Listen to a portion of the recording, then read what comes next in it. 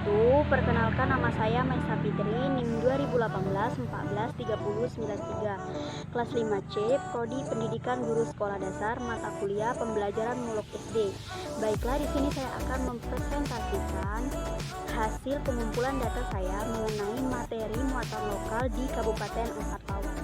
Kabupaten Empat Lawang merupakan salah satu kabupaten yang berada di Sumatera Selatan. Lebih tepatnya terletak di kota Tebing Tinggi. Kabupaten Empat Lawang ini diresmikan pada tanggal 20 April tahun 2007. Kabupaten Empat Lawang merupakan pemekaran dari Kabupaten Lahat. Nama kabupaten ini menurut cerita rakyat berasal dari kata empat lawangan yang dalam bahasa daerah berarti empat pendekar atau pahlawan. Hal tersebut karena pada zaman dahulu terdapat empat tokoh yang pernah memimpin daerah ini. Kabupaten Empat Lawang ini mayoritas masyarakatnya memanfaatkan tanaman karet sebagai sumber mata pencarian mereka sehari-hari, sehingga pada materi muatan lokal ini saya memilih muatan lokal tentang pertanian karet karena menurut saya materi muatan lokal pertanian karet ini sangat cocok diterapkan pada SD, khususnya pada tingkat kelas tinggi, kelas 5 dan kelas 6. Tujuan dari materi muatan lokal tentang pertanian karet ini untuk mengenalkan kepada peserta didik mengenai pertanian karet yang ada di Kabupaten Empat Lawang atau yang ada di daerah tempat tinggalnya, dengan mengenalkan cara, teknik, dan alat-alat yang digunakan untuk menyadap pohon karet, serta mengetahui kapan pohon karet ini getahnya sedikit dan kapan pohon karet ini getahnya kembali normal.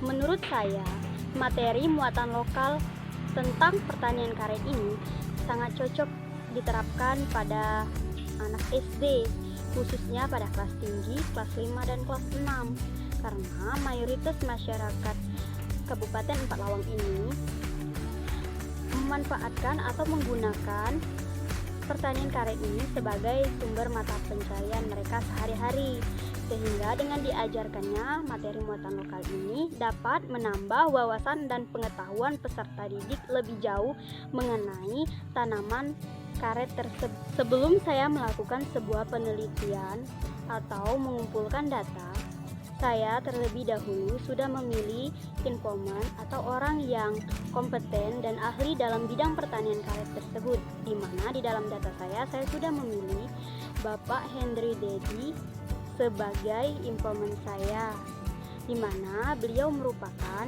pemilik, pengurus sekaligus penyadap dari pohon karet tersebut. Di mana di dalam mengumpulkan data ini saya menggunakan metode pemilihan informan dan metode wawancara secara langsung dengan informan saya mengenai tanaman karet tersebut. Selanjutnya saya akan membahas mengenai hasil wawancara saya dengan informan pada tanggal 1 November tahun 2020, membahas beberapa poin tentang pohon karet.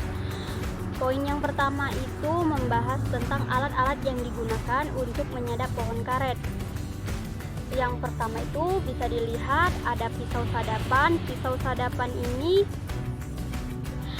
berfungsi untuk mengiris pohon karet agar getahnya keluar.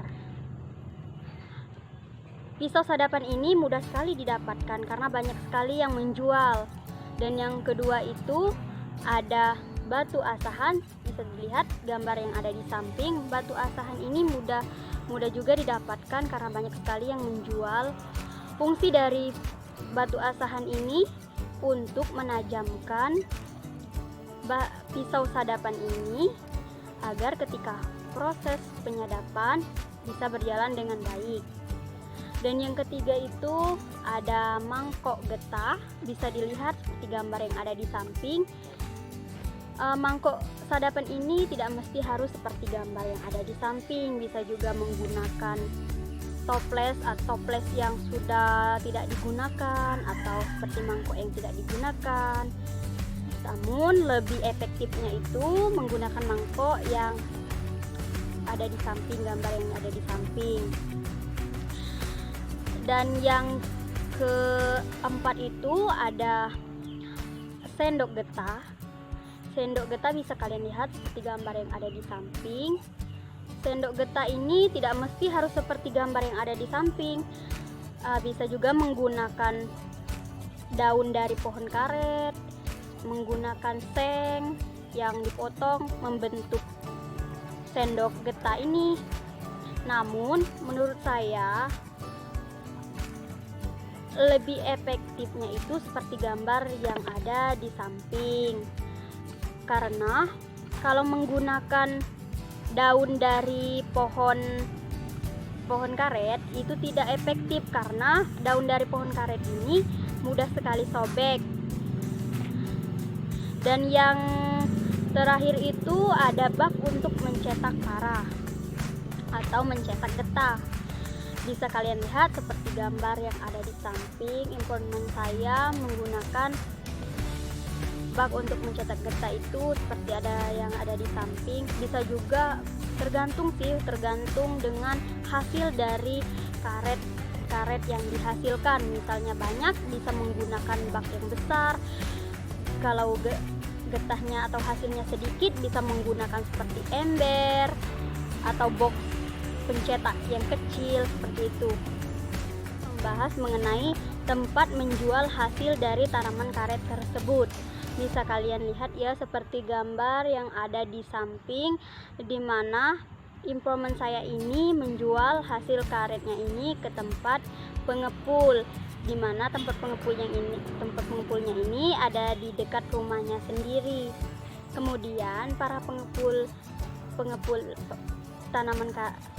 hasil dari tanaman karet tersebut menjual kembali hasil atau dari tanaman karet ini ke tempat pabrik pengepul karet yang jauh lebih besar, seperti di Kabupaten Empat Lawang ini. Para pengepulnya kembali menjual hasil dari tanaman karet ini ke pabrik yang ada di Palembang dan yang ada di Jambi. Kemudian poin yang ketiga itu membahas mengenai kapan getahnya sedikit dan kapan getah karet ini getahnya akan kembali normal. Ketika daun pohon karet gugur, getah dari pohon karet akan sedikit. Namun ketika pohon karetnya daunnya sudah mulai tua kembali, maka getah dari pohon karet ini akan kembali normal. Biasanya pohon karet gugur ini pada bulan 10. Kemudian pohon karet daunnya kembali tua atau getahnya kembali normal itu pada bulan 12. Dan kemudian itu poin yang terakhir itu mengenai teknik atau cara yang digunakan untuk menyadap pohon karet, di mana bisa kalian lihat gambar informan saya, yaitu dengan mengiris bagian atas ke bawah membentuk aliran getah. Dengan demikianlah presentasi yang dapat saya sampaikan. Semoga informasi ini dapat bermanfaat, dan jika terdapat kata atau kesalahan dalam pengucapan baik tutur kata, saya mohon maaf kepada Allah, saya mohon ampun. Wabillahi taufiq wal hidayah. Wassalamualaikum warahmatullahi wabarakatuh. See you.